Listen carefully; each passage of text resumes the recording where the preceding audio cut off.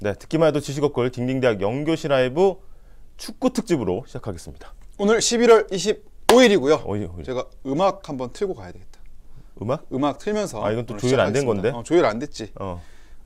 공식 응원곡 더 뜨겁게 한번 틀어보겠습니다. 네. 더 뜨겁게. 댓글 좀 읽어주세요 지금. 네, 딩아. 모두들 딩아입니다. 네. 그다음에 띵하오는 좀 예. 띵하오는 아니고.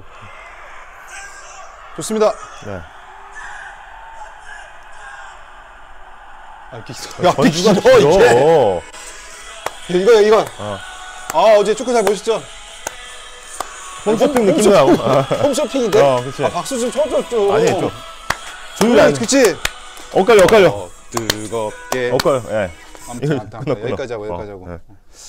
또 어때? 좋았죠 어제? 네. 이사나님이 느낌을 좀 살려보고 싶었어요. 축구 시청률 방송 3사 합치면 41.7%인데 그중에 MBC가 18.2%. MBC 1위입니다. 압도적 승리. 어제 10명 중 4명이 MBC 보셨습니다. 전국민 10명 중 4명. 네. 4천만 중에 1,600만. 이게 이제 딩딩 티셔츠 겨울 버전인가요? 근데 사실 이제 축구 버전입니다. 축구 특집입니다. 네, 축구 저희 특집 버전. 그래서 더 뜨겁게. 딩딩 찜질방 아니고요. 네. 네. 찜질방 옷치고는 고급이죠. 감이 좋습니다. 네. 지금 보면 알겠지만 저희 이름도 보면은 이제 축구 그라운드에 저희 이름이 자세히 보시면 나오는 거고. 꾸러기님이 또 저희를 인정해 주시네요. 어떻게? 어제 라이브 보고 경기 보니까 진짜 관상 축구 적중했더라고요. 그렇죠. 사실은 제가 벗어나지 않아요. 저희 반 예측을 적중을 했습니다. 역시 인성은 저희가 글렀었다. 이제 발베르데가 턱을 치켜든 걸 보고 인성에 문제가 있을 수 있다 얘기했는데 어제 이강인 선수에게 또 백태클을 걸더니 물론 이제 반칙은 아니었습니다만 잘한 태클이었습니다. 그러고는 이렇게 했죠. 막 이러면서 막 과잉 액션을 하더라고요. 그래서 저희가 굳이 사진을 찍을 때 꼭 이렇게 쳐들 필요가 없어요. 이렇게 할 필요는 없는데 저희가 관상축구 이따가 또 좀 이어서 좀 전해드리고 오늘 일단은 그 날씨부터 좀 봐야 되는데 제가 좀 날씨 좀 바로 따끈따끈하게 검색을 좀 해드리겠습니다. 또 오늘 아침에 나올 때는 뭐 이렇게 추운 느낌은 없었거든요. 제가 축구를 보고 와서 그런가? 두 총장님 옷 탐나요? 이렇게 하셨는데 반응에 따라서 또 저희가 바로 프로젝트 진행이 뭐 말만 하면 다 굿즈야. 다 굿즈입니다. 오늘도 어제랑 좀 비슷하네요. 어제랑 비슷하게 일교차가 좀 큰 날씨 이어진다고 하고요. 다만 이제 아침 기온이 어제는 좀 1도 가까웠는데 오늘은 8도로 시작합니다. 서울. 근데 대전은 또 2도예요. 대전은 2도. 그래서 어쨌든 낮 기온이 한 16도에서 20도. 그렇기 때문에 역시 일교차 큰 날씨고 중부지방은 일교차가 조금 더 클 수 있다 이렇게 될 것 같고. 오유유님 댓글 좀 읽어주세요. 평소에는 출근 준비, 아이들 등원 준비하느라 점심시간에 봤는데 오늘 신나서 실시간 영교시 들어왔어요. 박수 한번 드립니다. 감사합니다. 이런 자세가 또 모여서 저희 또 동접자 수가 또 이렇게 늘어나는 거 아니겠습니까? 김선님이 MBC 뉴스 채널에서 대한민국 선수들 잘했어요. 고생들 했습니다. 너무 고생 많았습니다. 저희가 그래서 오늘은 축구 특집으로 가고요. 지금 MBC 뉴스와 MBN뉴스 그리고 딩딩대학 채널에서 동시에 송출이 되고 있는데 이 막 응원 댓글이나 또 막 질문 이런 것들은 딩딩대학 채널에 남겨주시면 저희가 주로 소통은 딩딩대학에서 한다는 거. 네, 맞습니다. 이사나님, 어제 밤새 지켜봤는데 우리 집 주변 로데오 거리에 함성 소리 컸어요 그러셨는데 저 시간대는 밤새 볼 시간은 아니긴 했는데 10시부터 12시 그래도 뭐 자정을 넘긴 시각이었으니까 박수빈 님도 너무 재미있는 경기였습니다. 대한민국 클래스 최고 이렇게 하셨어요. 자, 저희가 그럼 축구 소식 바로 들어가죠 뭐. 네, 들어가시죠. 관상 축구. 이것도 저희가 오늘 또 축구 특집으로. 자, 먼저 3위 비잘사. 우루과이와 0대0. 0대0. 어제 경기 정리부터 좀 해볼까요? 어제 경기는 이제 우루과이가 사실은 피파 랭킹에서는 우리보다 훨씬 앞섭니다. 그렇죠. 피파 14위고 사실은 이 우승을 2번이나 했어요. 월드컵 우승을 2번 하고. 세네. 이게 축구 연맹 마크거든요. 여기 달리는 게 축구 연맹 마크에 우승한 전력이 있는 나라는 이제 별이 들어갑니다. 근데 우루과이는 별이 2개가 있어요. 게다가 이제 4강을 3번 정도 했었습니다. 그래서 굉장히 이제 전통의 강호라고 볼 수 있다. 사실 우리나라도 4강을 한 번 했었지만 좀 한일 월드컵이라는 특수한 상황도 좀 있었다고 쳤을 때는 객관적인 전력에서는 확실히 우루과이가 한 수 위인 그래서 것만은 많은 축구 분명한. 전문가들도 우루과이의 전력을 한 수 위로 평가를 했었습니다. 하지만 실제 뚜껑을 열어보니까 어떻습니까? 굉장히 전반 초반부터 해가지고 우리가 거의 점유율이 이겼어요. 점유율을 이길 정도로 탄탄한 조직력을 바탕으로 어제 이제 경기를 잘 이끌어 나갔다라는 거죠. 일단 어제 우리 또 이끈 라인업을 좀 살펴보면 일단은 뭐 최전방에 황의조 선수가 톱으로 나갔었고요. 그렇죠? 네. 그리고 마스크 쓴 손흥민 선수가 이제 왼쪽, 그리고 나상호 선수 오른쪽, 그리고 이제 미드필더 3명 또 수비수들. 뭐 지금 하나하나 또 얼굴이 다 기억납니다. 네, 제가 뭐 축구 전문가는 아닙니다만 사실 손흥민 선수가 볼을 잡으면 수비수 2-3명이 이제 달려들다 보니까 사실 이쪽에 공간이 많이 났어요. 맞아. 그래서 공이 여기서 놓은 것처럼 보이지만 네. 사실 손흥민 선수의 역할이 컸던 거죠. 네. 그래서 나상호 선수가 굉장히 카메라에 많이 잡혔습니다. 어제 중계. 네. 그거는 어떻게 보면은 손흥민의 역할이 그만큼 컸던 거다는 거고, 보통 우리가 수비 달고 다니는 선수 좋은 선수라고 하는데 어제 좀 그런 모습 네. 보여줬던 것 같고, 반면에 이제 우루과이가 저희 뭐 예측했던 대로 이게 이제 라인업인데 네. 저희가 주목했던 선수들 다 나왔죠. 일단은 뭐 수아레즈랑 카바니 둘 다 나왔습니다. 결국 전후반. 그리고 네. 누니에스 수아레즈 선수의 얼굴이 굉장히 안 좋았어요. 경기 그러니까 내내. 많이 좀 잘 안 풀린다 이런 나이도 느낌이었고. 좀 들긴 들었더라고. 네. 그리고 저희가 또 주목했던 선수 어디 있습니까? 누에즈, 누네즈. 그다음에 발베르데. 발베르데. 네. 실제로 좀 위협적인 모습을 좀 보여주기도 했었고. 네. 그리고 저희가 번역기 돌렸던 네. 고딘. 고딘. 고딘 네. 나왔어. 고딘 선수. 고딘도 위협적인 모습 보여줬어. 네. 고딘이 어제 뭐라고 했었죠? 한국 고딘이 축구가 역동적이다. 뭐 다이나믹하다. 다이나믹하다. 약간 뭐 기분 나쁘게 얘기해서 우리가 우리가 뭐 체력 빼곤 볼 게 없다 이런 얘기 한 거 아니겠습니까? 근데 사실은 고딘이 굉장히 위협적인 슈팅을 한번 했어요. 헤딩으로 골대 골포스트를 맞췄는데 이제 그걸 제외하고는 사실은 뭐 저희 잘 막았다 이렇게 볼 수가 있겠습니다. 그래서 어제 어쨌든 우리가 사실 황의조 선수가 사실 이 전방에서 좀 좋은 패스를 한번 받아서 기회가 있었죠. 네. 그게 전반 몇 분이었죠? 전반 하여튼 몇 분에 좋은 기회가 있었는데 그게 조금 빗나갔고. 그게 이제 아쉬웠어요. 전반 34분 정도였는데 이 논스톱 슈팅을 이제 이 중앙에서 바로 이제 오른발로 때렸는데 그게 골대 살짝 올라갔습니다. 네. 근데 사실 황의조 선수 같은 경우에는 사실 이번 시즌에 좀 부진해서 네. 소속팀에서도 지금 주전 경쟁에서도 좀 밀려나서 좀 어떻게 보면 우려가 많았었고요. 네. 근데 반면에 또 벤투 감독 입장에서는 또 아픈 손가락일 수밖에 없어요. 네. 또 근데 어제 이제 BBC의 중계가 이제 중계 해설자가 이제 위르겐 클린스만이라고, 혹시 클린스만 아세요? 클린스만 독일 대표팀 감독. 코인스만 막 이거 유명한 그래요? 기억나는데? 나 그런 기억은 안 나는데 어쨌든 그 클린스만이에요. 외국 중계가 아직도 네. 기억나. 근데 이제 클린스만이 이제 황의조 선수의 그 34분 오른발 슈팅을 보고 사실 한번 꼬집었습니다. 뭐라고 했습니까? 왜냐? 이 월드컵 본선에 나가려면 16강에 진출하려면 이런 거 넣어줘야 사실은 된다. 황의조 선수의 그 골 같은 거는 처리를 해줬어야 된다. 이런 이제 일침을 하기도 했습니다.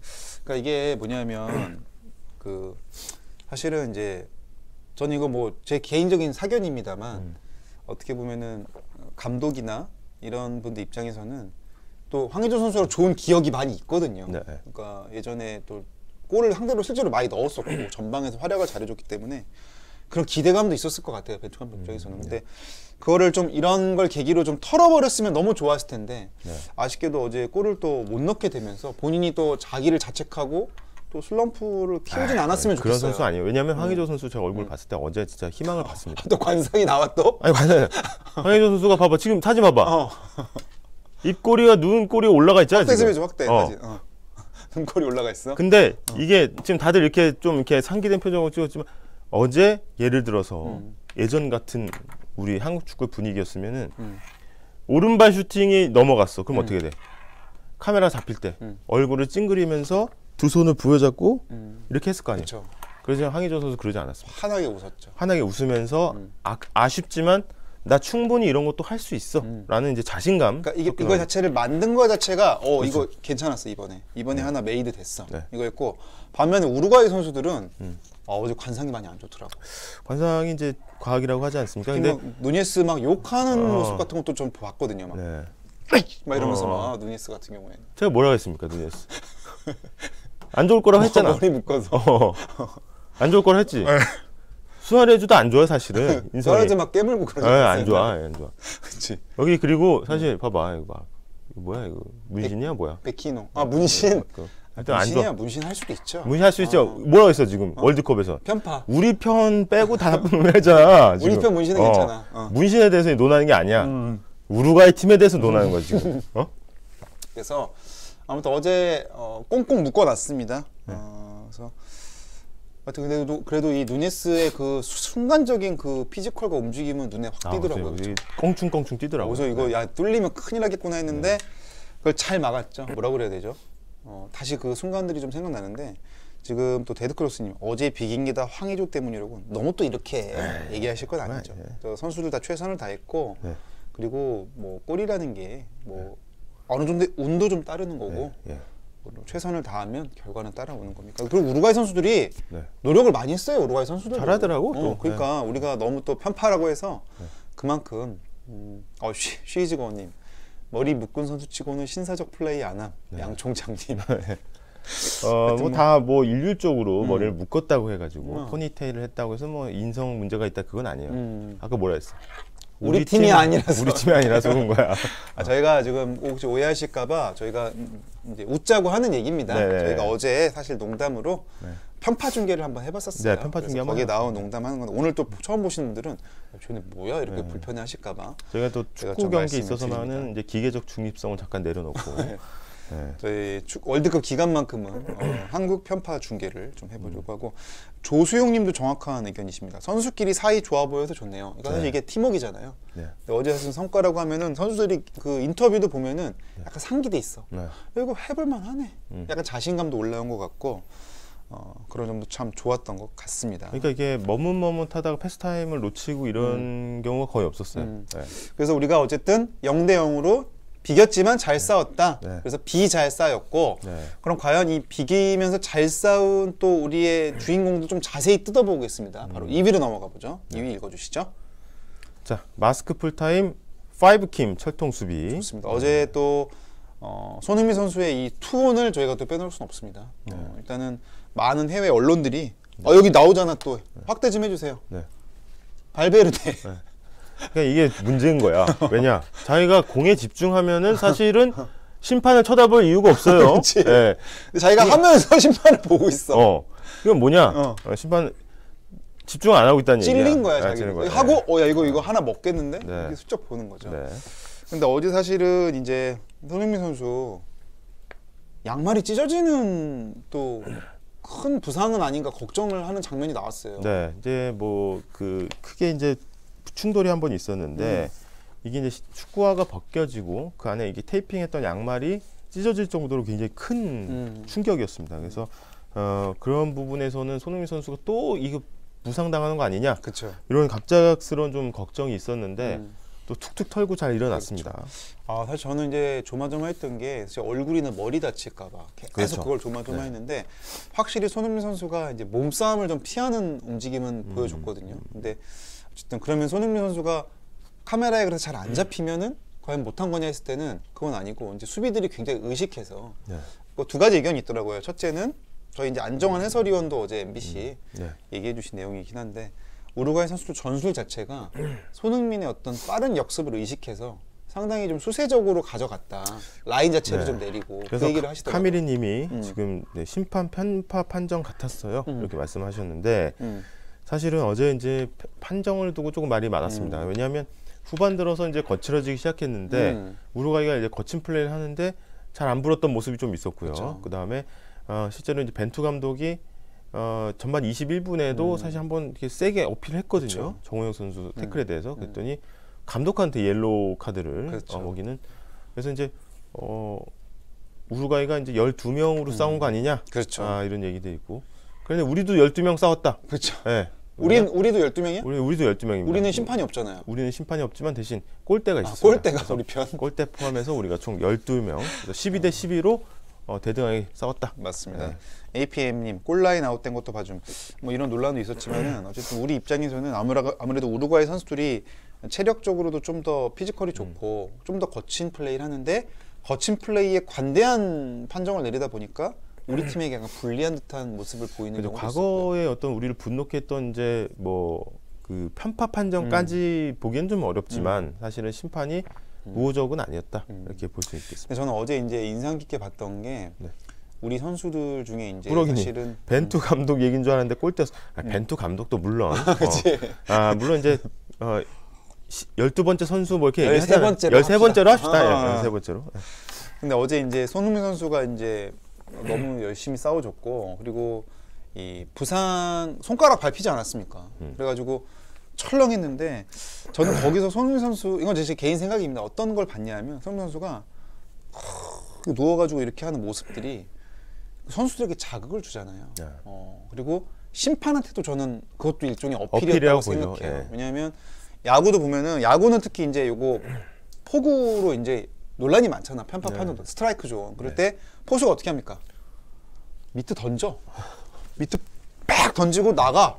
그러면 심판이 갑자기 겸손해지거든. 네. 갑자기 다 잡아줘 그때부터는. 그러니까 약간 좀 그런 거를 손흥민 선수가 좀 직감적으로 해준 건 아닌가. 근데 포수들은 이게 짠 얘기지만 좀 너무할 때가 있긴. 중계 카메라 다 잡는데 이거 아니 프레이밍 이거 좀 너무한 거 기술이에요. 프레이밍.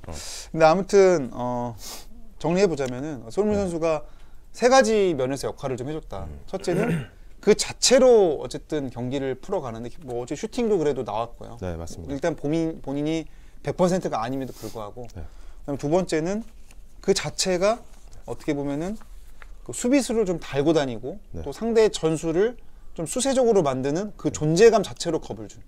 최지건님이 이제 이천수 선수 말디니 생각이 났다고 하셨는데 이게 말디니 선수는 그 이탈리아 축구에서 상당히 그 보통 그냥 수비수의 역할이 아닙니다. 그 대를 이어서 또 축구를 하고 있고 그 우리로 따지면 이제 홍명보 선수 같은 하여튼 당시로선 정신적 지주 같은 사람인데 네. 뭐 지나가는 거는 지나간 대로. 네. 밴드크로스님 어제 같은 경우는 을용타가 필요하다. 을용타 모르시는 분들 있어요. 있는데 이거 찾아보시면 압니다. 을용타 그냥 찾아보자. 딩딩대가 그런데 아닙니다. 모르는 건 검색하고 넘어가야 돼. 아니 왜 아픈 기억을 자꾸 끄집어내려고 그래. 아니 근데 이것도 한국 축구의 이것도 엄연한 역사예요. 을용타 아무 위키가 있어. 을용타. 을용타 보니까 이거죠. 그렇죠. 이거는 거의 실은 이게 그 축구에서 여기잖아 사진. 사진이 사실 축구에서는 이제 손을 쓰지 말라는 게 핸들링하지 말라는 얘기예요. 근데 이거는 그 인지 범위를 벗어난 거예요. 사실은 이거는. 그래가지고 그래서 이게 쓰러져 있어. 쓰러졌어. 근데 이건 당연한 거고 사실은 이 얼굴 뭡니까 이거? 야, 너 축구 선수가 되기 전에 사람이 먼저 되라. 지금 이런 거거든요 지금. 그래서 아니 근데 을용타가 반칙이지만 아니 반칙이지. 근데 제가 얘기하는 거는 그 선수들을 다 잡는 역할을 하거든요. 근데 어쨌든 그 물론 어제 우리 선수들이 반칙했다는 거 아니에요. 근데 이런 부상 상황이나 거친 플레이에 되게 몰린 것도 충분히 우리 선수들의 정신력이나 자세를 저도 사실 양 총장의 목소리가 안 나오니까 자극이 됐단 말이야. 목소리가? 아니 오늘은 괜찮은데 그제까지만 해도 많이 안 좋았잖아요. 많이 안 좋았지. 그러니까 제가 지금도 안 좋아요. 내가 더 말 많이 해야지. 내가 더 텐션 올려야지 이런 게 있었거든. 근데 약간 이런 거죠. 그래서 을용타 너무 좋아하는 것 같아. 을용타가 오랜만에 봤는데 너무 심하긴 해서. 네. 그래서 아무튼 세진님, 양총장님 사진 분석 전문가. 아니 보면은 봐봐 이게 지금 경기 딴청을 피우고 있는 거 아니에요 어떻게 보면은. 그쵸. 이게 어떻게 보면 이제 자기가 이게 무리한 태클이라는 걸 알면서 하는 거죠. 반칙인지 아닌지 본인은 알아요. 네. 범인은 현장에 나타난다. 네. 이게 또 누가 봐도 범인이었잖아 지금. 이건 다 나옵니다. 이게 삐까뻔쩍 하석주 플레이. 하석주 이제 멕시코전이었죠. 멕시코전. 백태클. 그거랑은 뭐 우리 그런 건 안 나왔어요. 네. 그러니까 비신사적인 플레이는 안 나왔고. 자 그래서 일단 손흥민 선수 어제 하나 있었고 그다음에 눈에 띄는 게 어제 파이브킴. 파이브킴. 파이브킴 이제 다시 이제 이거부터 보죠. 우리 라인업부터 보면은 5캠 한번 다 보겠습니다. 네. 어제 사실 우리 전술 자체는 이제 4백이라고 하죠. 네. 수비수 4명을 4백이라고 하는데 일단 하나하나 뭐 빼놓을 수 없습니다. 특히 김진수 선수 활약이 엄청났고요. 네. 김영권, 김민재. 김민재 선수 기둥 역할을 해줬고. 제일 중요한 선수 있잖아요, 여기. 그다음에 골대. 골대. 그리고 사실 많은 선수들이 수비 지나면 5백인데 어제는 보통 4백인데 어제는 5백이라는 얘기가 나왔어요. 왜냐하면 골키퍼까지 김승규 선수까지. 네. 그래서 4-1-4-1 형태로 이제 섰었는데 이제 그 김승규 선수가 어제 이제 BBC 기사에서 이제 평점을 매겼는데 스탯을 일단 총 2위를 했습니다. 그 정도로 이제 슈퍼 세이브를 많이 했다는 거고 그쵸. 골대 다음으로 슈퍼 세이브를 많이 했어요. 김승규 선수가. 네. 그렇죠. 어제 같은 경우는 사실은 우루과이가 기본적으로 유효 슈팅이 제로였습니다. 그만큼 이 4백이 잘 묶어줬다는 거고 그 유효 슈팅이 제로지만 위협적인 장면이 나올 수 있었거든요. 근데 유효 슈팅이 나올 거를 김승규 선수가 끊어준 게 몇 장면이 있었습니다. 그래서 저도 잘 모릅니다만 어제 안정환 해설위원의 얘기를 들으니까 이게 그 수비수와 수비수 사이의 간격 이게 이제 아무리 이제 공이 가고 공격수들이 와도 적절히 유지가 돼야 사실은 공이 흘렀을 때 바로 우리가 잡을 수 있다 이런 얘기를 하셨는데 어제 그 수비 라인이 굉장히 잘 유지가 됐다. 그리고 김민재 선수 인터뷰를 보니까 그 얘기하더라고요. 가능하면은 수비 라인은 뒤로 갈수록 사실 안정적이잖아요. 근데 가능하면은 앞으로 당겨주려고 했다. 왜? 이 미드필더 선수들이 체력 낭비를 좀 줄이기 위해서 최종 수비 라인을 좀 앞으로 당겨주려고 노력했다. 그러니까 사실은 그것도 실력이 있어야 가능한 거잖아요. 그러니까 사실은 막는 게 힘들면은 뭐 라인 볼 새가 어디 있습니까? 네. 근데 일단 관리가 잘 됐다는 거고 네. 그 가운데서 또 김민재 선수가 또 큰 역할을 해준 걸 부인할 수가 없습니다. 지금 보면 어때요? 수비수 선수들. 힘들죠. 수아레즈죠 지금? 네. 수아레즈가 구겨졌어요 거의. 수아레즈 얼굴이 구겨졌어 지금. 거의 뭐 지금 숨을 못 쉬고 있어요. 근데 어쨌든 김민재 선수 일단 피지컬도 좋고 네. 지금 올 시즌 나폴리에서 굉장한 활약을 보여주면서 실제로 챔피언스 리그에서 누네스를 또 막아본 경험이 있어요. 그래서 누네스에 대해서 좀 알고 아마 누네스도 알았을 겁니다. 왜냐하면 챔피언스 리그에서 한번 당했기 때문에.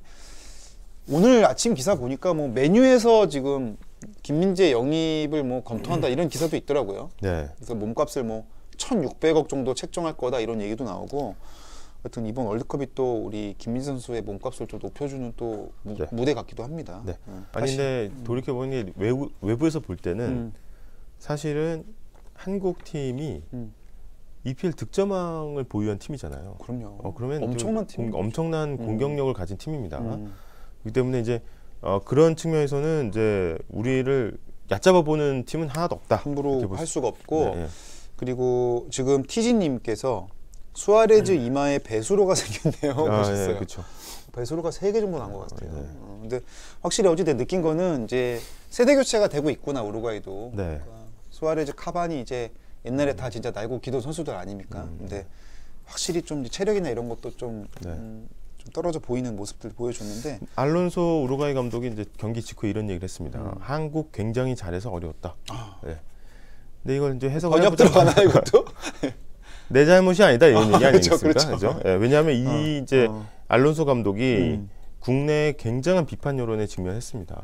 지금 우루과이 축구협회 홈페이지에 우루과이 국민들이 악플을 어마어마하게 달고 있대요 지금. 네, 그래서 수아레즈, 발베르데 보유했는데 뭐냐 지금 어디 지금 한국에 뭐 무승부냐? 그렇지. 이렇게 하는데 저희는 사실 저희가 아쉬운 거죠. 우리도 아쉬운 거야 지금. 근데 그래도 잘 싸웠고 어제 근데 김민재 선수 너무 잘해줬는데 굉장히 가슴 철렁한 순간이 있었습니다. 어떤 순간일까요? 이 부상을 당한 게 아닌가 싶은 이게 누니스를 막다가 넘어졌는데 이 종아리 쪽을 부여잡고 한참을 또 일어나지 않는 모습 보여줬거든요. 그래서 상당히 또 해설진들과 보는 국민들의 가슴을 좀 서늘하게 만든 장면도 있었는데. 봐봐 이게 일단 인상 빡 쓰고 가잖아요. 네. 넘어져도. 누니스가 지금 어제 잘 안 풀렸어 확실히. 얼굴 표정이 좀 안 좋았어요. 네. 그리고 박수빈님 발목 꺾였어요 그러시는데. 하여튼 그래서 걱정입니다. 왜냐면은 어제 그 벤투 감독도 얘기한 게 김민재가 경기를 너무 많이 소화했다. 지금 챔피언스 리그도 하고 소속팀에서도 너무 많이 뛰어가지고 너무 혹사됐다. 그래서 남은 이제 4일 남았어요. 다음 가나전까지. 근데 회복을 잘 할 수 있기를 좀 꼭 바라보고요. 지금 HR님 딩딩 번역기 스며들어요 그러시거든요. 어제 뭐 다 스며들죠. 네, 맞습니다. 그런 상태고. 디오더님, 나폴리 얼마나 쫄았을까 그랬는데 실제로 이탈리아 언론에서 김민재 부상 소식을 엄청 비중 있게 다뤘습니다. 네. 왜냐하면은 그만큼 자기네 리그에서 좀 중요한 역할을 하는 선수이기 때문에 그런 거고요. 자, 그래서 저희가 이제 어쨌든 정리해 보자면 우리가 비겼지만 정말 잘 싸웠다. 네. 완벽한 경기였고 조직력을 보여줬다. 그 배경에는 투혼이 있었다. 네. 손흥민 선수 또 수비진 눈에 띄었고 물론 이제 미드필드진들도 열심히 잘 싸워줬습니다. 네. 그리고 어제 사실 여기 저희가 적지는 못했지만 눈에 띄는 장면 중에 하나가 후반에 또 이강인 선수가 투입이 됐어요. 그렇죠. 네. 사실은 벤투 감독 체제에서 좀 많이 부름을 못 받았었던 이강인 선수인데 어제 후반에 와서 저는 되게 재밌었던 게 뭐냐면은 근데 거기다 백태클 했다는 거 아니야? 그렇지. 인성이. 그렇지. 네. 거기다가 누굽니까? 이건 아니고 아무튼 이강인 선수한테 맞아 누니스 얘가 한 거야 얘가 하고 근데 백태클하고 어떻게 했어요? 으아 막 이러고 막 되게 자기가 과잉 행동을 좀 하더라고요. 그만큼 본인이 좀 잘 안 풀려서 그랬던 것 같고. 네. 박수빈님 잘 몰라서 그런데 황희찬 선수 안 나오나요? 그러시거든요. 황희찬 선수는 햄스트링인가요? 햄스트링 네, 그 부상이 뒷 허벅지 장단. 네, 그래서 글쎄요. 근데 황희찬 선수가 나오면 사실은 이 아까 나상호 선수가 있던 그 공간 그쵸. 그쪽이 굉장히 또 확 풀릴 수가 있거든요. 저 바로 이 공간이죠. 네네네. 이 공간이고 황희찬 선수가 투톱으로도 뛴 적이 있어요. 예전에 네. 손흥민, 황희찬 투톱으로 간 적도 있었는데 네. 최직원님 황희찬 선수 황소라고 하던데 엄청납니다. 네. 황희찬 출력이 엄청나고 하여튼 좀 기다려보죠. 네. 황희찬, 손흥민, 김민재 선수 부상 회복 잘하셔서 가나전에서는 꼭 얼굴 볼 수 있기를. 근데 이게 제가 꼭 이겨야 돼서 꼭 나와라 이런 건 아니고 선수 본인이 볼 때도 4년을 얼마나 준비했겠어요. 그렇죠. 조금 네. 기회를 얻었으면 하는 바람이 있습니다. 네, 그런 상황이고. 그리고 어제 그 파이브킴 중에 마지막 5번째 이 김승규 선수 이선방. 네. 이거 좋았죠. 네. 판단력도 좋았고. 어제 그게 사실은 이제 그 원톱이었다고 하면 황의조 선수 원톱이었다고 하면 이제 우리는 원톱이 아닌 바텀. 원 투 바텀. 바텀. 투 바텀이었다. 투 바텀. 김승규 네. 선수가 골대가 투 바텀으로 그렇죠. 탄탄하게 막았다. 티이진님 발베르데의 도발 행동은 우루과이가 그만큼 경기가 안 풀렸다는 반증입니다. 저는 해트트릭이라도 한 줄 맞습니다. 알았습니다. 네. 사실 거기 오죽해서- 위험 지역도 아닌데 맞고는 좋다고 난리가 났더라고. 그러니까. 그만큼 이제 에이스로서 뭔가 기여하고 싶었던 것 같아요. 마음은 알겠어. 자, 그래서 여기까지 저희가 좀 정리해봤고 이제 HR님 가나가 걱정입니다. 가나. 저희도 그 걱정을 하고 있습니다. 바로 첫 번째 실검. 이거는 내가 염 총장이 빨리 드리블 칠까봐 내가 먼저 하는 건데 16강 가나 못 가나는 가나전에 달렸다고. 그렇지. 하려고 그랬지 그거. 내가 당연히 이미 해야죠. 불을 가나. 꺼버렸어. 우리 한번 사실은. 가나? 이제는 가나? 안 그거 가나? 할까봐 내가. 그래서 16강 이제 진출 가능성 따져봐야 되는데 가나는 뭐 피파 랭킹은 61위로 우리보다는 한참 아래에 있지만 사실은 피파 랭킹으로 축구하는 건 아닙니다. 일단 근데 이거는 어제 포르투갈이 이겨서 좋아하는 장면인데 네. 이게 왜 이렇게 좋아하는지를 알아야 돼요. 네. 생각해봐. 내가 초등학생이랑 해서 축구 이기면 제가 좋아합니까? 좋아하진 좋아하지. 않지. 아니 뭐 당연히 이기는 건데. 근데 정말 어렵게 이기면 어때? 그럼 너무 기쁘지. 어제 상황이 딱 이거였어. 네. 생각보다 가나의 저항이 워낙 거세서 물론 호날두가 뭐 페널티킥을 한 골 넣긴 했는데 3대2로 간신히 이겼습니다. 포르투갈이. 아프리카의 검은 복병이라는데 뭐 복병은 아니고요. 예, 복병은 계속 숨어 있어야 되는데 이게 계속 이제 가나는 원래 대놓고 이러고 있어. 예, 대놓고 있는 거기 때문에 사실은 가나는 되게 축구 강국입니다. 그래서 그렇죠. 우리가 만만히 볼 수 없는 상대고 사실 우리나라가 이제 남미보다는 그나마 아프리카 축구에는 좀 강하다 이렇게 그렇죠. 좀 평가가 되고 있긴 해요. 이사라님, 사흘 뒤 경기장 가나전 경기장은 장소와 똑같습니다. 예, 저희 팀은 3경기 다 같은 경기장에서 치릅니다. 그 골대 선수가 똑같이 골대랑 같이 합니다. 같이 어제의 그 합니다. 골대와. 근데 이제 지금 H조의 상황을 보면은 뭐 다른 조도 마찬가지겠습니다만 일단 한국은 가나를 16강 제물로 삼고 있죠. 재물로 삼고 있어요. 가나는 한국을 16강 제물로 삼고 있습니다. 재물 더비입니다. 네. 다음 주 월요일 경기는. 포르투갈은 한국을 16강 제물로 삼고 있어요. 그래서 서로 지금 다 제물이다라는 거고 이 가나 감독이 아도 감독이 뭐라고 얘기했냐면 한국은 좋은 팀이라서 어려운 경기가 될 것 같지만 꼭 이겨야 한다. 이렇게 얘기했는데 이게 뭐냐면은 또 번역 들어갑니까? 아니 일단은 우리나라가 제일 만만하다는 거야. 그렇죠. 그렇잖아. 좋은 팀이다. 아니 근데 객관적으로 포르투갈, 우루과이, 대한민국 놓고 제가 가나 팀이 돼도 당연히 대한민국을 만만하게 보죠. 그렇죠. 예, 그래서 상대적으로 보면 지금 이제 가나 입장에서도 무조건 이제 한국을 잡아야 되고 한국은 가나는 또 당연히 잡잖아 우리가. 잡아야 돼. 잡는 상황이고 그래서 서로 지금 치열한 접전이 예상이 된다라는 겁니다. 디오더님, 아데바요르가 가나였나? 아데바요르는 토고죠, 토고. 토고입니다. 가나는 아니고. 네. 하여튼 가나가 일단은 지금 어제 이강인 선수도 얘기했던 게 뭐냐면 결국은 체력과 스피드, 피지컬 다 좋을 거라는 거예요. 그러니까 뭐 전술적이나 이런 게 좀 거칠더라도 좀 그 성기더라도 네. 일단 그 자체의 어떤 능력치만으로도 충분히 위협이 된다는 취지 그렇죠. 얘기를 했고 네. 그러니까 우리가 긴장해야 되고 또 가나전 어쨌든 아프리카 팀 선수들도 공통적인 특징이 되게 탄력이 굉장히 좋고 일단 붙으면 튕겨 나갈 수도 있잖아요. 그러니까 부상 조심도 해야 됩니다. 왜냐면 우리가 지금 환자들이 많아요. 그렇기 때문에 다음 주 월요일은 일단 부상을 좀 극복하면서 가야 되는 그런 상황입니다. 월요일 날 있습니다. 28일 날 오후 10시에 같은 경기장에서 있고 사실은 뭐 모르겠어요. 이 가나전이 어떻게 튈지 모르겠지만 우루과이보다는 훨씬 해볼 만한 상대라고 저희는 보입니다. 네. 근데 저 가나전 같은 경우는 저희가 라이브가 또 수목금이다 보니까 네. 이 또 그걸 중계해드릴 수가 없는 게 좀 안타깝긴 한 다음 날. 네. 근데 저희가 수요일 날 어쨌든 좀 정리를 해서 시나리오까지 좀 짜 보겠습니다. 16강 시나리오 어떻게 나오는지 네. 짜 보도록 하고 지금 데드크로스님 좋은 팀이라고 치켜 세워줘야 이기던 지던 변명거리가 생깁니다. 그건 맞죠. 이런 측면도 있는 거죠. 이게 아까 말한 그 우루과이 감독 말 아니겠습니까? 내 잘못이 아니야. 내 잘못 아니야. 한국이 잘한 거야. 그렇죠. 나 그만 욕해. 네, 이거죠. 그런 상황이고 아무튼 이제 가나 경기 저희가 긴장 속에 좀 봐야 될 것 같아요. 그래서 지금 남은 회복 기간 이제 오늘이 금요일이니까 금, 토, 일 3일 풀로 쉬는 거거든요. 그리고 4일 오전까지 좀 푹 쉬고 선수들이 정상 컨디션으로 좀 나와주길 바랍니다. 특히 이제 황희찬 선수 좀 컨디션 올라와주면 너무 좋을 것 같아요. 네. 저희 여기까지 좀 살펴봤고요. 네. 저희 그러면 다음 코너 빌런 사냥 넘어가기 전에 중간광과 함께 보고 가겠습니다. 효가라, 올게 왔구나. 오늘 축구도 끝났는데 오늘은 뭐 할 거야? 오늘 딩딩대학에서 업로드 한다고 해서 그거 봐야 돼. 집에 가서. 뭐 업로드 하는데? 지난번에 딩딩 클래스 했잖아. 그거 콘서트 아니었어? 딩딩 클래스 콘서트 한 거 다 편집해가지고 이제 오늘 올라갈 거야. 아이, 나 안 볼래. 왜? 어차피 다 중요한 장면은 편집되고 쬐끔 나오는 거잖아. 또 알면서 물어보니까 또 매력 있네. 이번에는 그렇게 다 자르지 않고 주식과 부동산을 나눠서 쭉 볼 수 있도록. 그럼 실황 중계야? 실황 중계에다가 자막까지 입혔으니까 훨씬 보기에 좋지. 너무 좋다. 빌런 사냥으로 넘어가겠습니다. 네.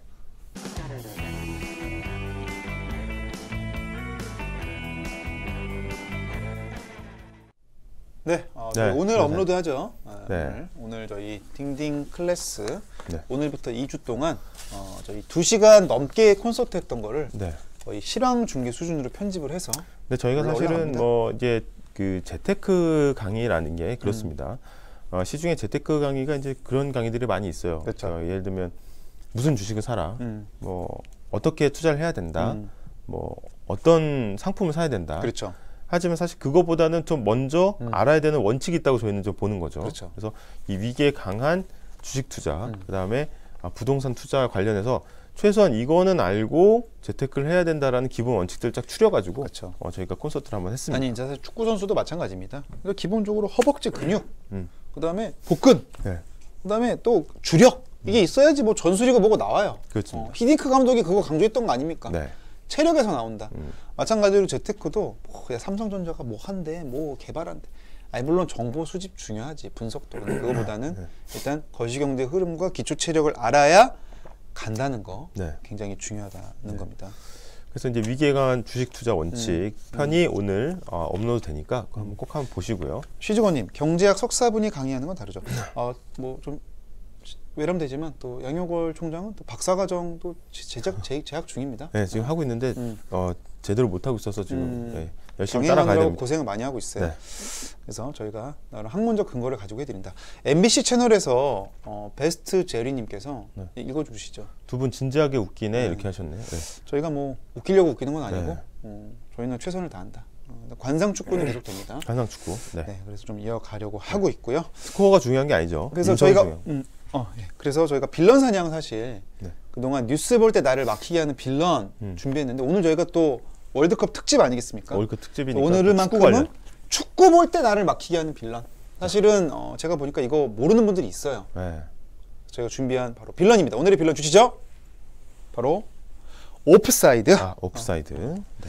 이거 일단은 사실은 오프사이드가 우리 편에 걸리면은 굉장히 좀 짜증나기도 해요. 그렇죠. 맥이 탁 풀리기도 하고.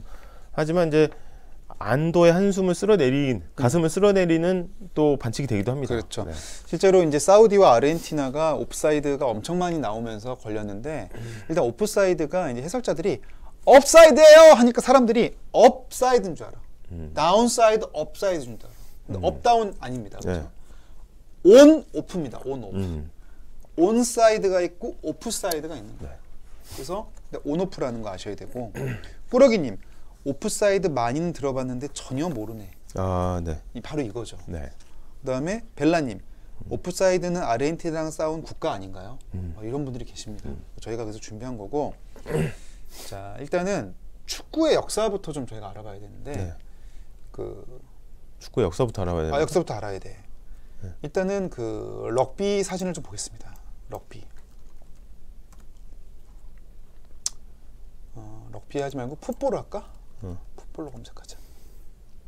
이 오프사이드가 사실은 이제 축구 경기를 이루는 가장 근본적인 근간이죠. 네, 근간 중에 하나. 여기 보면 이제 럭비 할 때 보면은 선수들이 이렇게 일렬로 대치하는 거 보신 적 있죠? 네.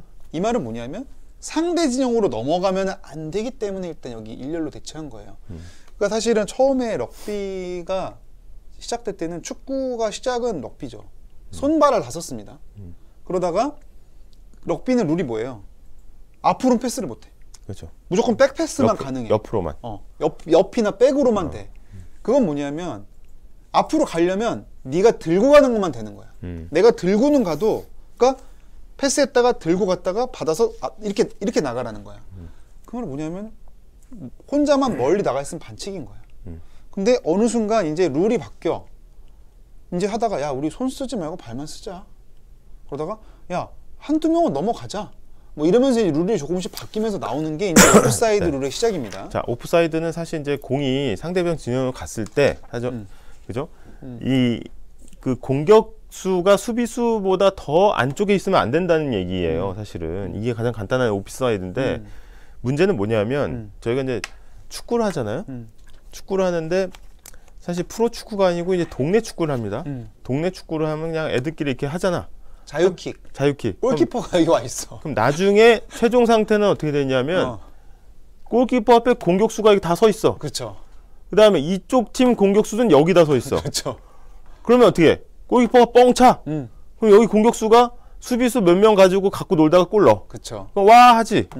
그런 다음에 여기서 또 골킥하면 여기 있던 공격수들이 받아가지고 또 골키퍼랑 수비수 농락하다가 넣어. 빌드업이 안 생기죠. 기본적으로 이거는 어떻게 되냐면 뻥축구가 됩니다. 그러니까 다 어차피 키 크고 피지컬 좋은 사람들 그치. 상대편 진영에 넣어놓고 롱패스로 가면 이제 이게 경기 자체가 안 되는 거예요. 그래서 오프사이드는 이 공보다 먼저 앞서서 가 있으면 안 된다라는 게 바로 이 규칙입니다. 네. 그 실제로 이제 농구는 오프사이드가 없잖아요. 농구 그렇죠. 같은 경우에는 그래서 이게 있죠.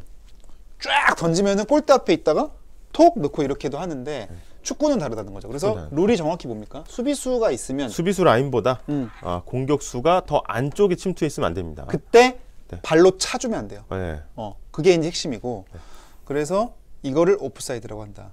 그래서 이렇게 되면은 이건 온사이드죠. 네. 이게 어떻게 온사이드가 되는 거죠? 일단은 수비수랑 같은 라인을 유지하다가 공을 차는 순간 들어가는 거는 괜찮습니다. 그러니까 찰 때 안에 얘네보다 먼저 있으면 안 돼요. 그러니까는 이게 룰이 어떻게 돼 있냐면 수비수 2명 초과하면 안 된다라고 돼 있어요. 말이 어렵잖아. 네. 2명 초과를 하려면 골키퍼 1명 빼고는 없는 거예요. 얘도 수비수니까. 그러니까 결국은 골키퍼랑 1대1로 최전방에 있을 때 패스하면 안 돼 이겁니다. 네, 그게 이제 핵심입니다. 이해되십니까? 네. 그래서 꾸러기님 축구 선수도 진짜 시야가 넓어야 되겠네요. 그래서 이런 걸 패스를 뭐라고 합니까? 스루 패스. 스루 패스. 공간으로 침투한다고 하죠. 그래서 왜냐하면 아니 공간에 이미 들어가 있어서 받으면 반칙이거든. 선을 넘어가니까. 그래서 공간이 빈 공간을 보고 얘는 빈 공간에 찾을 때 공간 침투를 해서 넣어야 되는 거죠. 네. 그래서 그런 것들이 되게 중요하다는 거. 그게 이제 오프사이드가 되겠습니다. 근데 이제 문제는 뭐냐면 오프사이드 다 좋은데 자 이제 이거 왜 오프사이드인지 아시겠죠? 네. 그래서 지금 얘가 차는 순간이죠. 네. 근데 차는 순간에 수비수보다 그냥 골키퍼를 제외한 수비수보다 안쪽에 들어와 있잖아. 이렇게 되면 이거는 반칙인 거예요. 네. 근데 그럼 이제 여기서 역으로 오프사이드를 유도하는 전략도 쓰는 거죠. 그렇죠. 이제 수비 라인이 동시에 뒤에 물러나 있다가 한꺼번에 들어가면 바로 공을 차는 순간 공격수가 남게 되면 바로 오프사이드가 그렇죠. 됩니다. 그래서 수비수들이 여기 있을 때는 온사이드잖아 지금. 예. 근데 공을 찰 때 얘네들이 수비 라인을 맞췄다가 하나 둘 뿅 오면은 바로 반칙을 만들어 버리는 거죠. 이거를 오프사이드 트랩이라고 하면 트랩. 네. 트랩이 이제 덫이죠, 덫. 네. 덫을 놓는 거예요. 그래서 수비수들은 오프사이드 트랩 전략을 쓴다는 거. 네. 근데 여기서 이제 우리가 생각해 볼 점 뭐냐면 그럼 이제 수비수들은 당연히 그렇죠? 여기서 나왔지만 우리 아까 김민재 선수도 수비 라인을 지금 올렸다는 거 아니에요? 최대한. 근데 올리면은 뒷공간이 어떻게 돼요? 비죠. 비니까 네. 사실은 그만큼 한번 뚫릴 때 역습을 허용할 공간이 많이 생기잖아요. 그래서 이 라인 조절이 굉장히 중요한 거고 그 수비 라인을 지금 조절해주는 그런 수비수의 역할이 중심을 잡아주는 게 중요하다는 얘기가 나오는 거죠. 네. 예. 그 오프사이드 트랩을 이제 잘못 쓰면 이제 그러니까 공격수 같은 경우에 굉장히 이제 기동성이 뛰어난 공격수가 있다고 치죠. 그러면은 수비수가 라인을 흐트러뜨리고 나왔을 경우에 한 사람이 4명이 만약 포백이면은 동시에 나와야 되는데 한 명이 멈칫하다가 안 나왔어. 그러면 공격수가 바로 들어가서 그렇죠. 골키퍼랑 1대1 상황이 생길 수가 있습니다. 그래서 저기 위닝 11 같은 거 이제 게임 하다 보면은 네. 어제 뭐 후반에 출전한 카바니 선수 이런 선수들 보면 거기 별명이 뭐라고 붙어 있냐면 라인 브레이커라고 돼 있어요. 라인 브레이커. 요 수비 라인을 순간적으로 깨고 온사이드로 공격한다는 얘기예요. 그래서 그런 라인 브레이킹이 되게 중요하고 벨라님이나 호주머니님이 아 사우디가 저렇게 이긴 거구나 했는데 네. 이 사우디가 이긴 이유는 두 가지가 있습니다. 하나는 아까 말한 대로 수비 라인을 잘 잡아준 게 맞아요. 옵사이드 트랩이 있었고 두 번째가 바로 AI죠. 바로 이겁니다. 이번 월드컵 때 좀 달라진 게 있죠. AI가 이제 옵사이드가 사실은 우리도 굉장히 아픈 기억이 많이 있습니다. 이게 우리가 이제 스위스전도 그때 그렇고 오프사이드냐 아니냐를 가지고 억울하게 골을 먹은 경우도 있어요. 맞아요. 근데 이제 하도 판정 논란이 이니까 이제는 야 사람이 하니까 눈대중으로 해서 안 되겠다. 그렇죠. 그래서 아예 AI가 분석을 하자. 경기장에 카메라 12대를 설치해서 막 초당 사진을 팍팍팍팍 찍어가지고 조금만 삐져나와도 잡는 거예요. 근데 사실 이거 옛날에 심판이 육안으로 못 잡았다 이런 거. 그렇죠. 아 이걸 어떻게 잡습니까? 이게 보면은 이렇게 보면 더 잘 보여요. 이거 이게 사실은 그냥 몸의 중심만 얼굴 위치만 보면은 수비 라인이 동일하잖아요. 지금 거의 동일한 수비 라인인데 요만큼 나온 거를 지금 옵사이드로 잡아내는 겁니다. 이게 그래가지고 지금 이제 사실 근데 선수들은 이게 이번에 처음 도입이 됐거든요. AI 오프사이드 단속이. 그러니까 그 전에 선수들은 자기가 감으로 뛰잖아. 그 수비 라인을 보고 이렇게 뛰었단 말이야. 근데 요만큼 나온 것도 다 잡아내니까 이번에 아르헨티나가 옵사이드 10개입니다. 10개. 네. 전반에만 전반에만 7개예요. 그래서 골 넣고 막 좋아하다가 계속 취소되고 이런 게 이번에 어떤 AI의 영향이 좀 컸다는 거. 네. 쉬지건님 선 넘기 선수라고 하시. 선 넘기. 네, 맞습니다. 맞아요. 선을 잘 넘어야 됩니다. 네. 마이클 족수님이 코너킥, 골킥, 드로잉, 드랍볼 이거 물어보시는데 이거 짧게 얘기는 좀 할까요? 네. 코너킥은 코너에서 차는 거고. 코너킥은 이제 그 골라인 아웃이 됐을 때 상대편 선수의 몸을 맞고 골라인 아웃이 됐을 때는 코너킥이 주어집니다. 여기서 차는 거죠, 여기서. 네, 여기서 차서 공격 기회가 주어지는 거고 뭐 골킥은 이제 골라인 아웃이 됐는데 이제 공격하는 팀에서 골라인 그렇죠. 아웃이 됐기 때문에 공격권이 넘어가면서 골키퍼가 공을 고정시켜 놓고 차는 게 골킥이 되겠습니다. 그러니까 드로잉은 뭐냐면 요 사이드 라인 옆으로 나가면 던지는 거고 요 밖으로 나가면 차는 거예요. 네. 요 뒷선은. 근데 수비 맞고 나가면 공격 진영 골이니까 코너에서 차니까 코너킥. 네. 공격수들이 내보내면 이거는 수비팀 공이니까 골키퍼가 차니까 골킥. 이렇게 이해하시면 되겠습니다. 네. 네. 저희 이렇게 좀 정리를 해봤고 하여튼 뭐 AI가 좋은 건지 잘 모르겠어요. 회의론도 좀 많이 나옵니다. 워낙 이제 당한 입장에서는 편파 판정 논란이 거세니까 그렇죠. 그런 걸 이제 불식시키기 위해서. 네. 근데 이제 판정이 두 가지 종류가 있거든요. 그러니까 퀄리테이티브, 그러니까 질적인 평가를 하는 판정이 있고, 뭐 예를 들면은 뭐 피겨 스케이팅 예술 점수 같은 것들이 되겠죠. 그리고 반면에 이제 예를 들면 뭐 태클도 너무 심했냐 안 심했냐 이런 거는 질적인 걸 판단하는 거고, 오프사이드는 이제 퀀티테이티브, 정량적이잖아요. 딱 이건 정해져 있잖아. 나오면 아웃이잖아요. 그러니까 이렇게 정량적인 거는 기계가 하는 게 논란이 없겠다. 네. 이렇게 좀 되는 것 같아요. 그래서 이제 앞으로 좀 정은님 댓글 좀 읽어주세요. 네, 정은님. 축구 잘 모르는데 딩딩대가 축구 보는 법까지 자세히 가르쳐 주니까 이제 월드컵 재밌게 볼 수 있겠네요. 이런 대학 없어. 이런 대학 없죠. 친데. 네. 그래서 앞으로 볼 때는 이제 수비 라인 보면 재밌습니다. 그래서 요 네 명이 같이 움직이는 걸 볼 수가 있어요. 네. 그래서 오프사이드 반칙을 어떻게 유도해내는지. 그래서 이제 측면의 공격수들이 항상 이렇게 붙어 있다가 갑자기 돌아 들어갑니다. 이렇게. 네, 그쵸. 왜냐하면 이 오프사이드 트랩을 순간적으로 허물기 위해서 라인 브레이킹 하는 라인 거죠. 브레이킹을 하는 거죠. 그래서 이쪽에 있을 때 그 수비진들이 오프사이드 트랩을 가동을 시킵니다. 그쵸. 안쪽으로 들어갈 때 같이 들어가는 듯해요. 음. 같이 들어가는 듯하다가 바로 돌아서 나올 때 거기에 맞춰서 이제 패스를 주는 페이크죠. 거죠. 네. 그것도. 아무튼 그런 것까지 보면 축구가 더 재밌다는 거 알 수 있을 겁니다. 자, 그래서 여기까지 빌런 상황 살펴봤고요. 저희 또 상암동 외식 문화를 뒤흔드는 코너. 네. 다음 코너 전매추로 넘어가겠습니다. 네.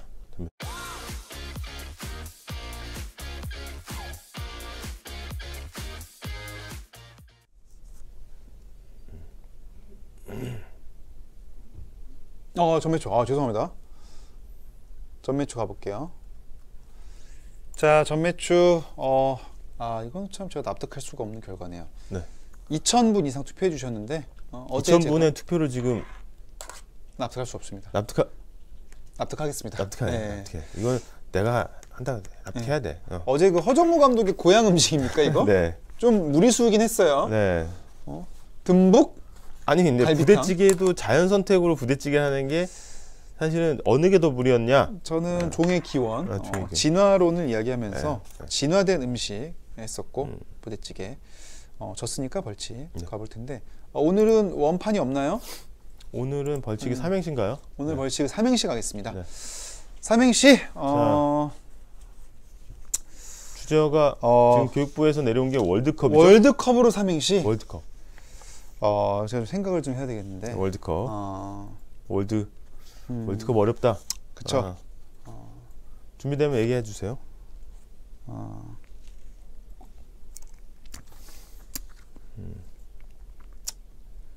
컵이 좀 힘든데. 컵. 자, 저 나왔습니다. 네. 월드컵 운 띄워주세요. 월. 원래 축구 잘 안 봤는데 드. 드라마보다 재밌어졌어요. 컵.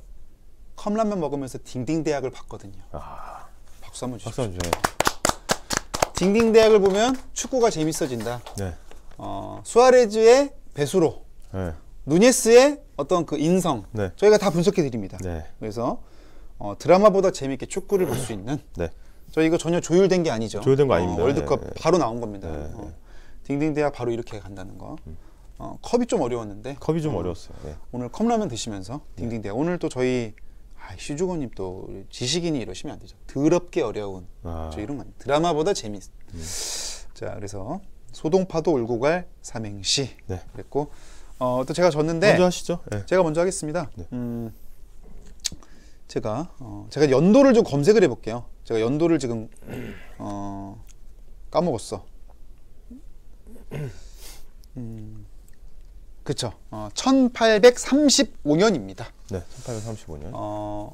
종의 기원이 나온 지 20년 전이에요. 1835년. 그때 영국 스코틀랜드에서 이 사람이 태어납니다. 누굽니까?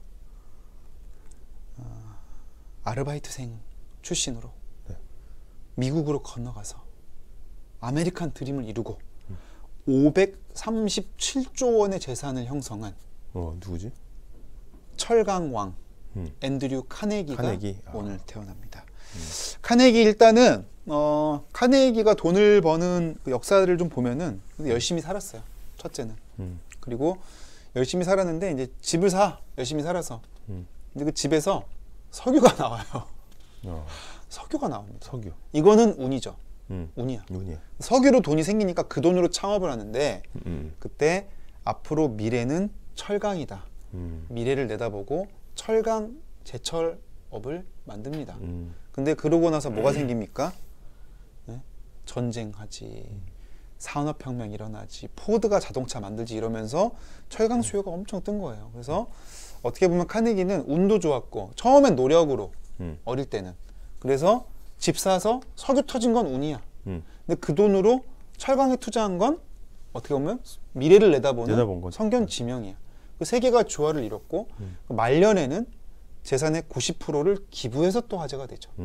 어떻게 보면은 기승전결이 물론 이제 자본가로서 비판받는 지점도 있습니다. 당연히 그 부를 축적하기까지. 근데 결과적으로 좀 굉장히 좀 어떻게 보면은 본받고 싶은 모범으로도 많이 거론되는 인물이고 카네기가 그래서 기부한 게 많죠. 뭐 카네기 홀 들어봤죠. 카네기 홀. 뭐 카네기가 다 기부한 거고 또 대학교도 기부합니다. 카네기 멜론 대학교 들어봤죠. 예. 그것도 앤드류 카네기가 기부한 거고. 다만 이제 헷갈리시면 안 되는 게 카네기의 인간관계론 이런 책 들어보셨죠? 네. 그게 이 카네기가 아닙니다. 이 카네기 아니죠. 동명이인이에요. 네. 데일 카네기라고 딴 사람인데 제가 볼 때 약간 노렸어요. 요거랑 약간 예를 들어서 제가 이름을 정주영으로 개명한 거야. 나는 할 수 있다는 책을 쓰면은 아산 정주영 같잖아. 그렇죠. 약간 제가 볼 땐 노림수가 있었던 것 같은데 뭐 이름까지 그랬는지 모르겠지만 이건 제 뇌피셜입니다. 네. 아무튼 이 카네기 철강 왕이죠. 네. 스틸 카네기 스틸 컴퍼니 이게 US 스틸이 됐어요. 이 카네기 스틸 컴퍼니 스틸은 철은 원소 기호가 뭡니까? FE거든요. 이 FE가 또 많은 음식이 있습니다. 선짓국이에요. 선지는 핏덩어리입니다. 네. 그래서 철분이 풍부한. 난 잘 몰랐었어 사실은. 철분이 풍부한 오늘 선지 해장국을 먹으면서 야 오늘 그 철강왕 카네기가 철로 일가를 이뤘으니까 내 몸에 철을 채우면서 네. 한번 또 가시라는 거. 네. 여기까지 하겠습니다. 여기까지. 네. 네. 선짓국. 자, 네. 아니 뭐 이제 카네기까지는 좋았어요. 네. 카네기까지 좋았는데 FE가 가면서 이게 이게 어디로 가나? FE 오늘 또 금요일이니까 네. 오늘 또 저녁 때 또 집에서 먹어도 되고 배달 시켜서. 메뉴 추천 들어가겠습니다. 2004년으로 가는데 2004년에 공항이 난리가 납니다. 공항? 네. 뭐지? 2004년 그때 인도네시아에 뭐 11월 쓰나미 온 거 아니야? 11월 25일에 도쿄로 향하는 나리타 공항에 난리가 납니다. 뭐죠? 입국장에서 바로 연사마 배용준이 일본을 방문합니다. 연사마네. 네. 소데스네. 난리가 나요. 왜냐 그 사실은 그때 일본도 많은 취재를 하고 뉴스가 쏟아졌어요. 근데 한편으로는 보도를 하면서도 뭔가 좀 한심하다는 듯이 그런 톤으로 많이 했어요. 근데 그걸 넘어설 정도의 압도할 정도의 많은 인파가 윤사마를 보기 위해서 나리타 공항으로 윤사마 가쿠이요네 막 네. 이러면서 막 팬들이 막 네. 뭐 그렇게 얘기했는지 잘 모르겠습니다만 어쨌든 그래서 다시 배용준 씨 생각은 어떤 게 떠오르세요? 배용준은 사실 저는 이게 좋은 건 아닌 것 같은데 이 배우가 하나의 이미지로 각인되는 건 좋은 거 아니잖아요. 근데 이 머리와 그 겨울 연가 그래서 춘천 이미지가 자꾸 생각나요. 춘천의 촬영지. 사실 저는 이제 KBS 드라마긴 하지만 첫사랑이 이제 최수종 씨 동생으로 나왔단 말이죠. 그때 저 신인 시절에. 네, 신인 시절에. 당시 KBS 첫사랑이라는 드라마가 거의 시청률 50%까지 유명했죠 그때. 네, 근데 효경이 나오고 막. 네, 거기에서 최지우가 효경인가 그래. 난 몰라. 그냥 그 기록상으로 전할 뿐이야. 그래서 지우 히메네. 네, 그래서 그 당시에 이제 인기를 얻기 시작했고 아까 얘기하신 겨울 연가 때문에 대히트를 칩니다. 그러니까 원인은 뭐 여러 가지로 분분해요. 뭐 어떻게 보면은 이제 전혀 일반화하는 게 전혀 아니고 어떻게 보면 이게 따뜻하고 다정다감한 윤사마의 이미지가 그쵸.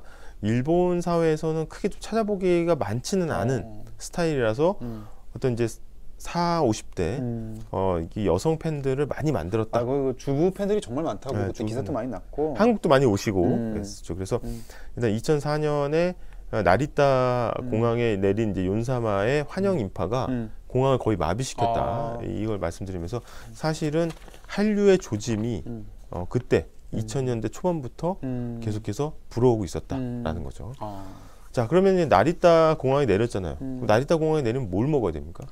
나리타는 일단은 우동 아닌가요? 그렇죠. 제가 우동 먹었거든요. 네, 나리타에서. 그래서 나리타에서는 사실 지금 같은 겨울철에는 우동이 별미입니다. 그래서 일단은 우동의 기본은 카게 우동, 카게 우동, 네, 도 있고 뭐 그 덴뿌라 우동도 있고 덴뿌라 여러 우동. 가지. 그래서 오늘은 겨울철 별미인 우동을 추천하겠습니다. 우동. 네. 좋습니다. 도주머니님, 딩딩 다이 갖고 아이시테르요 네. 그러셨는데 아리가또 고자이마스. 네. 간바테 호주머니상. 네. 하여튼 저희가 정리해 보자면 윤사마랑 우동이 무슨 관계가 있는지 잘 모르겠지만 나리타 공항에서 먹을 만한 우동. 네. 저는 뭡니까?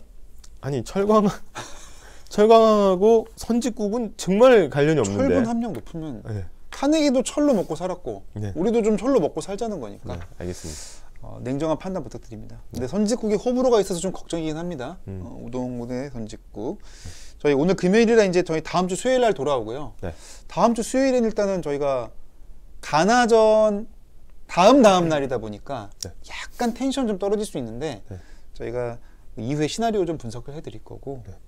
다음 주에도 저희 어김없이 또 8시 돌아오고 저희 다음 주 월요일 뉴스 프리데스크는 아직 편성이 확정은 안 됐어요. 확정은 안 됐습니다. 네. 그래서 저희가 그 정해지는 대로 저희가 따로 고지해드리도록 하고요. 네. 또 저희 오늘도 시청해주시면 감사드리면서 오늘 저녁 올라오는 저희 콘텐츠 네. 딩딩 클래스 많은 시청 부탁드리겠습니다. 오늘 모두 감사합니다. 하나 둘 셋 딩딩.